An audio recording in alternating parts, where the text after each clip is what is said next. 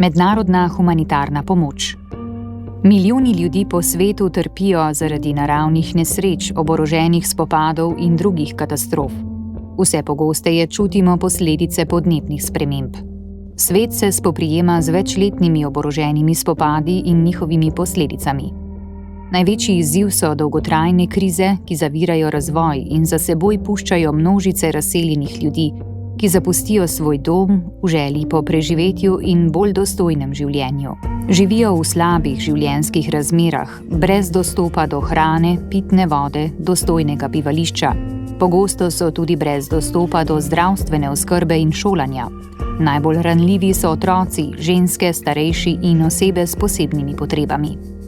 Humanitarne krize zahtevajo hiter in usklajen humanitarni odziv ter tesno sodelovanje celotne mednarodne skupnosti. Jedro mednarodnega humanitarnega sistema je Organizacija Združenih narodov in njene agencije. Postavljajo norme ter so koordinatorji in pomembni donatorji humanitarne pomoči. Na samem vrhu je OCHA, Urad Združenih narodov za koordinacijo humanitarnih zadev. V partnerstvu z nacionalnimi in mednarodnimi akterji usklajuje humanitarne akcije. 3% svetovnega prebivalstva potrebujejo humanitarno pomoč, kar pomeni 250% povečanje v zadnjih 7 letih. Evropska unija in države članice so največje donatorice humanitarne pomoči na svetu. Glavni akter Evropske unije na tem področju je oddelek Evropske komisije za humanitarno pomoč in civilno zaščito ECHO. Pomoč na kriznih območjih zagotavlja v sodelovanju s partnerji, med katerimi igrajo pomembno vlogo nevladne organizacije in agencije Združenih narodov. Evropska unija za mednarodno humanitarno pomoč vsako leto nameni več sredstev. Tako je bilo leta 2000 predvidene slabe pol milijarde evrov. Predvideni skupni proračun za operacije humanitarne pomoči Evropske unije za leto 2022 pa znaša več kot 1,5 milijarde evrov. Zaradi ukrajinske humanitarne krize bo končna številka še bistveno višja.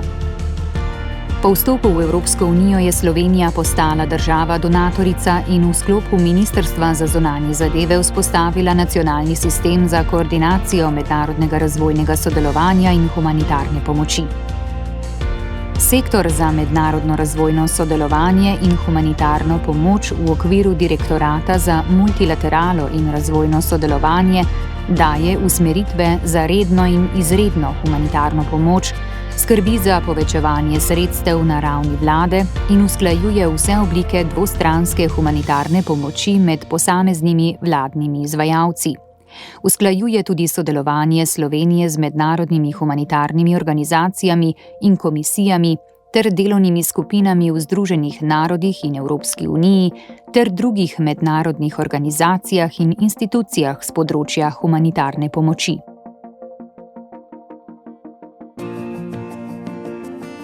Velik delež svoje humanitarne pomoči Slovenija posreduje prek mednarodnih humanitarnih organizacij, ki imajo široko mrežo izpostav. Tako lahko pomoč doseže večino prizadetega območja in prebivalstva, hkrati pa dobro poznajo lokalne razmere, kar je pomembno za doseganje čim večje učinkovitosti pomoči. Slovenija nudi tudi dvostransko humanitarno pomoč, še posebej ob naravnih nesrečah v državah Zahodnega Balkana. Ob tem civilna zaščita lahko v zelo kratkem času zagotovi najnujnejše potrebščine prizadetim. Za humanitarno in postkonfliktno pomoč je Slovenija v letu 2020 namenila blizu 3 milijone evrov. V Sloveniji deluje več nevladnih organizacij, ki izvajajo humanitarne projekte. Ker so v sodelovanju z lokalnimi partnerji prisotne na terenu, ki ga dobro poznajo, se lahko prožno odzovejo na potrebe ljudi in so učinkovite izvajalke humanitarne pomoči. So neposredni izraz aktivnega državljanstva, ki mu je mar za mir in blaginjo po vsem svetu. Potrebna sredstva zbirajo z lastnimi dobrodelnimi akcijami, njihove humanitarne projekte pa v zadnjih letih sofinancira tudi Ministrstvo za zunanje zadeve, ki si želi, da bi slovenske organizacije okrepile svoje kapacitete na tem področju.